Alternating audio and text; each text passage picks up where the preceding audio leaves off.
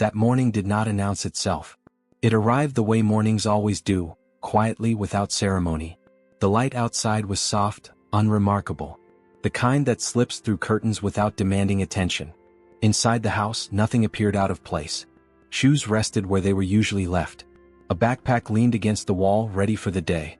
A kitchen stood clean and still, holding the warmth of a routine that had already been lived through countless times before. There was no sound of urgency. No raised voices. No sign that this day would be any different from the ones that came before it. And that is what makes it so difficult to understand. Because the most devastating moments rarely begin with chaos. They begin with quiet. Somewhere in that house, time continued as it always had. A clock moved forward, second by second. A door opened. A door closed. Outside, the street remained unaware. Cars passed in the distance. Birds called to one another. Neighbors went about their lives, carrying coffee cups, checking their phones, preparing for work, all unaware that something irreversible was unfolding just a few steps away. Nothing about the morning demanded concern. And yet, something within those walls was fragile. Not visibly broken. Not shattered. Just strained, in a way that cannot be seen from the outside. This was a home that had held laughter. A place that had known love, routine, and responsibility. A place where a child felt safe enough to leave for school without hesitation, trusting that the world he would return to would be the same one he had left behind. There are moments in life that only gain meaning after they pass. A final goodbye that felt ordinary. A glance that lingered for half a second too long. A silence that did not yet feel heavy, because it had not learned how to be. Inside the house, the air was still. Not tense. Not loud. Just quiet. The kind of quiet that settles naturally in familiar spaces. And then, slowly, that quiet changed. Not with a sound that could be heard from outside. Not with anything dramatic enough to draw attention. Just a shift. Something subtle enough to go unnoticed, until it could no longer be ignored. Later, people would ask questions. They would wonder how something so devastating could take place without warning. How a home could appear so normal, right up until the moment it wasn't. How a child could walk out of a house in the morning, and come back to a reality that could never be undone. But in that moment, none of those questions existed yet. There were no headlines, no police lights, no explanations, only a house, a morning, and a silence that had not yet found its voice. What happened next did not announce itself with chaos. It unfolded quietly, and when it was finally discovered, it left behind a weight that would follow everyone connected to that house for the rest of their lives. A weight carried by unanswered questions. By a child forced to grow up too soon. By a community left trying to understand how something so devastating could happen in a place that looked so ordinary. This is not a story about a moment. It is a story about what happens when warning signs are misunderstood, when fear has nowhere to go, and when silence becomes the most dangerous sound of all. This is the story of Violette Pierre. It is not a story told for shock. It is not told for spectacle. And it is not told to reduce a life to a single moment. This story is told because Violette was real. She was a woman with routines and responsibilities. A mother whose days were shaped by care, patience, and obligation. Someone who moved through the world quietly without drawing attention to herself, carrying burdens that were not always visible to those around her. When cases like this reach the public, they are often reduced to headlines. A name. A charge. A brief summary of what went wrong. But what gets lost in that compression is the human reality, the slow accumulation of moments, choices, fears, and hopes that led to a single point in time. This documentary does not exist to sensationalize what happened inside a private home. It exists to restore context. To bring dignity back to a life that deserves to be remembered in full, not only for how it ended. The subject of this story involves domestic violence. A reality that affects millions of families, often without witnesses, often without immediate intervention. For many, it unfolds behind closed doors in familiar spaces, wrapped in routine and silence. We approach this case with care because these stories are not isolated. They echo across communities. They reflect patterns that are uncomfortable to confront, yet impossible to ignore. What you are about to hear is based on documented events, court records, and public reporting. But it is also shaped by something harder to quantify, the emotional truth of living inside a situation that feels increasingly narrow, increasingly difficult to escape. There are no reenactments here. No exaggerated language. No effort to dramatize pain. Instead, we will move carefully through the facts, allowing the weight of them to speak on their own. Because understanding does not come from volume. It comes from patience.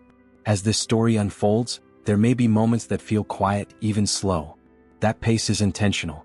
Real life does not announce its turning points with music or warning signs.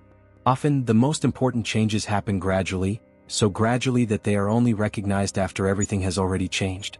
This case asks difficult questions. How does fear take root in familiar places? Why are warning signs so often misunderstood, minimized, or missed entirely? And how can a situation that appears ordinary from the outside become unbearable on the inside? To answer those questions, we cannot begin at the end. We have to begin earlier, before the strain, before the silence carried meaning, before choices felt limited. To understand how this happened, we have to understand who Violette was, before fear entered her life. Before her name was ever spoken in public, before it appeared in records or reports, Violette Pierre was simply living her life. Not loudly, not dramatically, just steadily, in the way most people do. Her days were shaped by routine. The kind of routine that doesn't feel restrictive but grounding. Mornings came early. There were small tasks that needed attention before anything else could begin. Clothes laid out. A child prepared for school. Moments spent making sure someone else was ready for the day before thinking about herself. She moved through those hours with purpose. Not rushed, not careless, but attentive. People who knew her described someone who paid attention to details. She noticed when someone was tired. She remembered small preferences. She carried responsibility quietly without asking for recognition. There were habits she kept because they brought comfort. A preferred way of organizing her space. A certain order to her mornings. Moments of stillness when the house was quiet enough to breathe. These weren't extraordinary things. And that's exactly why they matter. Because they show a life that was real. Violette was a mother first. Not as a title, but as a daily commitment. Her world revolved around protecting, guiding, and caring for her child.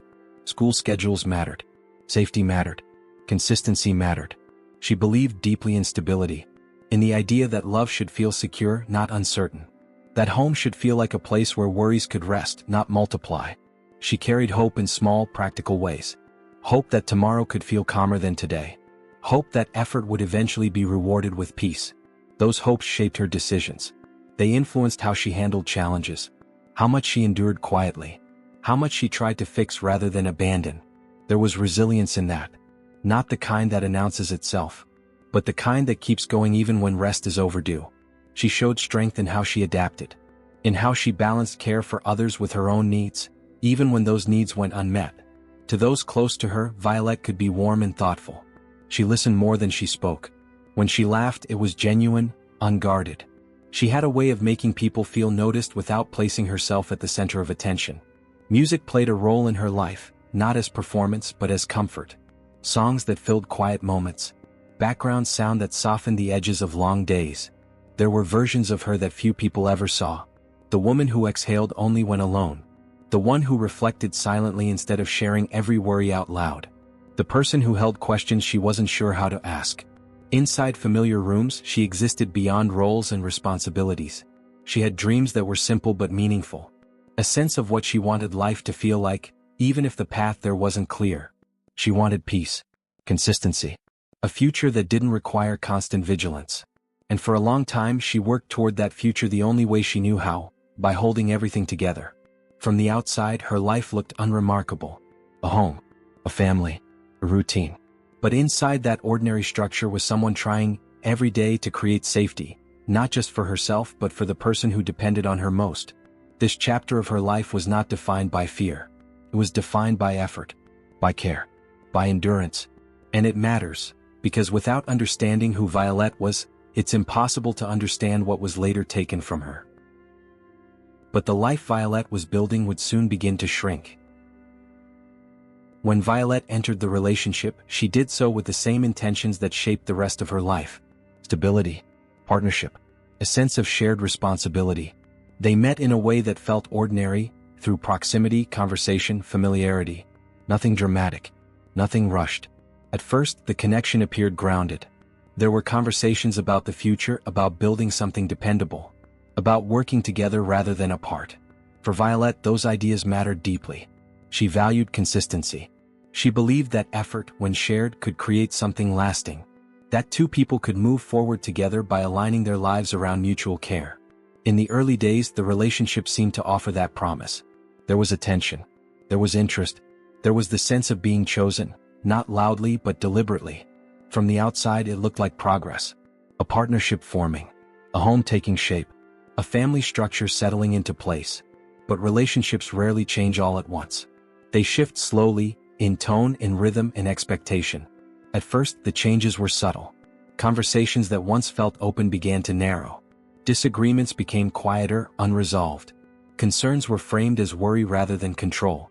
Questions appeared where trust once sat easily. Who she spoke to. How often. Why certain plans mattered. Nothing that demanded immediate alarm. Nothing that could easily be pointed to and named. Instead, it arrived as pressure, soft, persistent, difficult to explain. The tone of the relationship shifted in ways that were hard to describe to others. What once felt like partnership began to feel monitored. What once felt like care began to feel conditional. And because the changes happened gradually, they blended into the routine of everyday life. Violette adapted as she often did. She adjusted her expectations. She chose her words carefully. She tried to keep peace rather than provoke conflict. This is how isolation often begins, not through force but through quiet adjustment. Over time, her world grew smaller.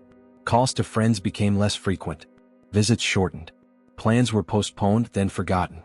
Not because she stopped caring, but because maintaining connection required energy she no longer had. Inside the home, emotional distance replaced conversation. Silences stretched longer. Tension lingered without being addressed. Moments that once felt safe now required careful navigation. Violette carried that weight quietly. She did not broadcast her struggles. She did not seek attention for discomfort she couldn't fully explain. Instead, she tried to manage it internally, believing that patience, understanding, and effort might restore balance. This is where the relationship shifted from shared life to managed life. Decisions became cautious. Emotions became guarded. Expression became selective. The man at the center of this relationship was Rachani Clerge. At this stage, what mattered was not labels but patterns. A dynamic had formed, one where Violette increasingly adjusted herself to avoid tension, where her needs took a quieter place, where emotional space narrowed. From the outside, there were no obvious signs. The home remained intact. Daily routines continued. Responsibilities were met. But those closest to Violette began to notice changes. She seemed tired in a way rest didn't fix. Less available. More distant. Conversations became shorter. Explanations became vague. It wasn't that she disappeared, it was that parts of her did. And the people who cared about her sensed it. They noticed the silence where there used to be openness. The hesitation where there used to be ease. But even then, the concern remained quiet. Because when changes happen slowly, they rarely trigger immediate alarm. They register as worry, not urgency. Those closest to Violette noticed something was wrong, but they didn't yet know how serious it was. The changes did not arrive all at once. They settled in gradually, altering the atmosphere of Violette's life in ways that were difficult to explain but impossible to ignore. The tension inside the home became more pronounced, not explosive, not loud, but constant. A feeling that lingered even during moments that were meant to feel calm. Violette grew more careful. Careful with her words. Careful with her timing. Careful with how much of herself she revealed. The sense of ease she once carried began to fade, replaced by a quiet alertness that never fully turned off. Fear did not always come with a clear reason. Sometimes it arrived without warning, a tightening in the chest, a pause before speaking, a hesitation before making plans. There were moments when nothing had happened, and yet everything felt uncertain. Living that way takes a toll. Emotional exhaustion set in, slowly but persistently. The kind that sleep does not fix. The kind that builds when peace feels conditional. To the outside world, Violette continued to function. She showed up when she had to. She fulfilled her responsibilities. She kept life moving forward. But inside, she was carrying the weight of constant adjustment. Balancing hope against caution. Wanting stability while sensing that something was slipping beyond her control. Those closest to her began to feel the distance. Messages went unanswered longer than usual. Calls were missed, then returned late or not at all. Conversations that once flowed easily became brief and surface level. It wasn't that Violette had stopped caring. It was that reaching out had become complicated. Connection required energy she no longer had. Explaining felt risky. Silence felt safer. Friends noticed the change not through dramatic moments but through absence. The absence of spontaneous conversations. The absence of laughter. The absence of the version of Violette they had always known. They checked in gently at first, then more directly. But answers remained vague. She reassured others when she could, downplayed concerns, avoided creating worry, because acknowledging fear would mean admitting it was real. And admitting it was real would mean confronting what she did not yet know how to change. Inside her own thoughts, Violette wrestled with conflict. Hope remained, not naive but persistent. The belief that effort might still restore balance, that patience might lead to calm. At the same time, fear pressed closer. The sense of being confined emotionally, of weighing every decision carefully, of feeling responsible for keeping the peace even at personal cost. She wanted normalcy, not perfection, not ideal circumstances, just a life where she could breathe without calculation. That internal struggle, between holding on and letting go, drained her. It shaped her days. It followed her into quiet moments. It influenced choices she did not speak aloud. And as that struggle intensified, her world continued to narrow. Social connections weakened. Support systems felt further away. Isolation deepened, not suddenly but steadily.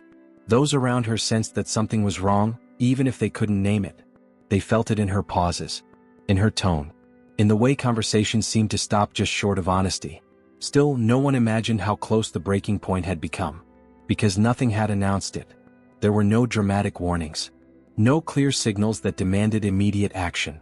Just a woman growing quieter, more tired, more withdrawn. And then one day the silence changed. Messages went unanswered entirely. Calls rang without response. And concern shifted into something heavier. Then came the day Violette stopped responding.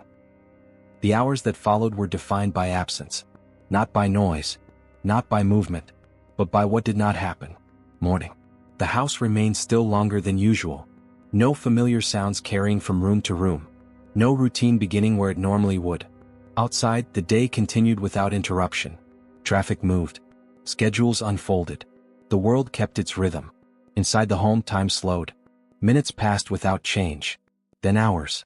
Messages went unread. Calls were made again and again with the same result. Silence. Concern began to settle in. At first it was cautious, measured, the kind that tries to explain itself away. Maybe the phone was misplaced.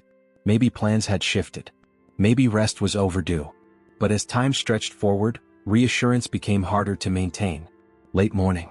The quiet inside the home remained unbroken. No response. No acknowledgement. No movement. Outside the home, concern deepened. Those who knew Violette began retracing their steps mentally. The last conversation, the last message, the last moment of contact that felt normal. Each unanswered attempt added weight. What began as worry now carried urgency. Midday. Decisions were made carefully. No one wanted to overreact. No one wanted to assume the worst. But the silence no longer felt neutral. It felt heavy. And when silence carries weight, it demands attention. Authorities were contacted. Not with panic, but with the kind of calm urgency that comes when uncertainty can no longer be ignored. A request for help. A check for safety. An acknowledgement that something was wrong. Early afternoon. When officers arrived, they approached a home that gave nothing away. From the outside, it appeared unchanged. Intact. Quiet. There were no signs visible from the street that hinted at what lay inside. But the absence of response spoke clearly. The door remained closed. The house remained silent. Inside, the stillness had already settled. Police lights reflected softly against nearby walls, casting brief flashes of color across surfaces that had known routine only hours before. The neighborhood slowed. Curiosity stayed at a distance. Movement paused. And within the home, the quiet remained uninterrupted. By the time entry was made, the answers had already formed. Not through sound. Not through action. But through what was missing. Late afternoon. The house was no longer just a home. It had become a place where time stopped. Rooms were entered carefully. Doors opened slowly. What officers encountered confirmed what the silence had already suggested. There was no need for explanation. The absence spoke for itself. Evening. As daylight faded, the weight of what had been discovered settled over everyone involved. Outside, the sun moved toward the horizon. Inside, nothing moved at all. A life had ended within walls that once held routine and care. And the reality of that loss rippled outward. To family, to friends, to a child whose world had shifted without warning. By the time help arrived, the silence had already answered the worst question. In the hours that followed, the focus shifted from uncertainty to procedure. Law enforcement moved carefully. Not hurried. Not dramatic. Methodical. The house was secured, no longer a private space, but a place that needed to be understood. Officers documented what they saw, not just what was present but what was absent. The lack of movement. The lack of response. The stillness that had settled long before anyone arrived. Every room was approached with intention. Photographs were taken. Notes were made. Positions, conditions, timelines, all recorded without speculation. This phase of the process is quiet. There are no conclusions yet. Only observations. Investigators began reconstructing the timeline. They worked backward, from the moment concern turned into action, to the last confirmed point of contact, to the hours when communication stopped entirely. Phone records were reviewed. Messages examined. The sequence of events narrowed minute by minute. Statements were collected. From family members. From friends. From anyone who had spoken to Violette recently. Each conversation added context. Not accusations. Not assumptions. Just pieces of a larger picture. Investigators listened carefully for patterns. Changes in routine. Missed obligations. Anything that suggested when normalcy gave way to silence. As information accumulated, inconsistencies began to surface. Details that did not align. Timelines that felt incomplete. Explanations that required clarification. These moments are critical, not because they provide immediate answers but because they guide the next steps. Evidence was gathered without spectacle. Documents. Digital records. Personal items that helped anchor the timeline. Nothing about this process was rushed. Because accuracy matters more than speed. As the investigation progressed, attention turned toward accountability. The focus narrowed. And with that focus came action. An arrest was made. Charges were filed. The language used was precise and restrained, reflecting the seriousness of the moment without amplifying it. There were no statements designed to provoke reaction. No declarations beyond what the facts supported. A legal process began. One governed by evidence, procedure, and law. For those watching from the outside, this moment can feel like resolution. A name attached to responsibility. A case moving forward. But for those closest to Violette, clarity did not bring comfort. Because legal steps do not restore what was lost. They do not explain fear. They do not heal absence. They do not answer the questions that linger in quiet moments. They only mark the beginning of a different kind of waiting. But the legal outcome would never answer the emotional loss. After the investigation moved forward, the quiet returned. Not the quiet of uncertainty, but the quiet that follows loss. For Violette's family, grief did not arrive all at once. It settled slowly in layers. There was the immediate shock, the disbelief that interrupts thought, that makes even simple tasks feel distant. Then came the absence. A voice no longer answering the phone. A presence missing from familiar places. Moments that demanded adjustment because the person who once filled them was gone. Loss reshapes time. Days are measured differently. Holidays carry weight. Ordinary moments become reminders. For those closest to Violette, grief extended beyond memory. It lived in responsibility. In explaining what could not be explained. In protecting a child from questions that have no answers. In carrying forward a life interrupted without warning. Long-term loss is not dramatic. It is quiet. It shows up in choices. In the ways people learn to live around what can never be replaced. Beyond the family, the community responded. At first with disbelief. Neighbors struggled to reconcile what had happened with what they thought they knew. A familiar place now carried a different meaning. Vigils were held. Candles flickered in the dark, small points of light against a night that felt heavier than usual. People stood together, many of them strangers, united by shared sorrow. There were no speeches meant to persuade. No explanations that could make sense of it. Just presence. Flowers appeared. Notes were written. Names were spoken aloud, not to relive what happened but to remember who had been lost. Support followed in quiet ways. Meals delivered. Childcare offered. Conversations held softly, without pressure. In moments like these, community becomes less about proximity and more about care. As time passed, reflection deepened. Violette's story became part of a larger conversation, one that extends far beyond a single home. It drew attention to the realities of domestic violence. Not the version often portrayed, loud, visible, unmistakable, but the version that unfolds gradually. The version that hides inside routine. That grows through silence. That isolates before it harms. Advocates spoke about warning signs that are often misunderstood. About how fear can exist without explanation. About why leaving is frequently the most dangerous moment, when control feels threatened and tension peaks. These conversations were not theoretical. They were grounded in lived experience. In stories shared quietly by others who recognized pieces of themselves in Violette's life. In acknowledgments that safety is not always guaranteed by distance alone. Her story prompted reflection. Among families, among friends, among those who wondered what they might do differently if they noticed similar signs again. Awareness does not undo loss, but it can shape response. It can encourage listening without judgment. Believing concerns even when they are difficult to articulate. Offering support before isolation becomes complete. Violette's life, remembered in this way, carried meaning beyond its end. Not as a headline, not as a statistic, but as a warning and a call to attention. Violette's story did not end with her life, it became a warning. As this story comes to a close, it's important to return to where it began. Not with what happened, but with who Violette was. She was more than the final moments that defined the headlines. More than a case file. More than a story told in hindsight. She was a person who laughed, hoped, worried, and tried. A person navigating life while carrying struggles that were not always visible from the outside. That is often how these stories unfold. Not loudly. Not with obvious warning. But quietly, in emotional shifts, in distance, in silence mistaken for normalcy. Violette's life reminds us that unseen struggles are still real. That fear does not always announce itself. That exhaustion can look like withdrawal. That silence can sometimes be a signal, not an absence. The cost of silence is rarely immediate. It accumulates. In moments where concern feels inconvenient. In assumptions that someone else will notice. In the hesitation to ask difficult questions. And yet, awareness begins with attention. With listening, even when answers are unclear. With believing, even when explanations feel incomplete. With presence, especially when someone seems to be pulling away. This is not a story about blame. It is a story about recognition. About understanding how easily warning signs can be overlooked, and how vital it is that we learn to see them.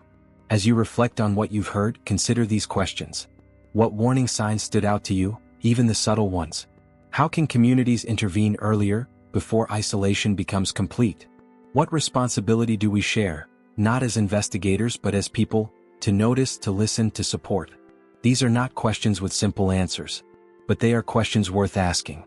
Because change does not always come from grand gestures. It often begins with awareness, with one conversation, one moment of concern taken seriously, one person feeling less alone. If sharing her story helps even one person feel less alone, then Violette's voice still matters.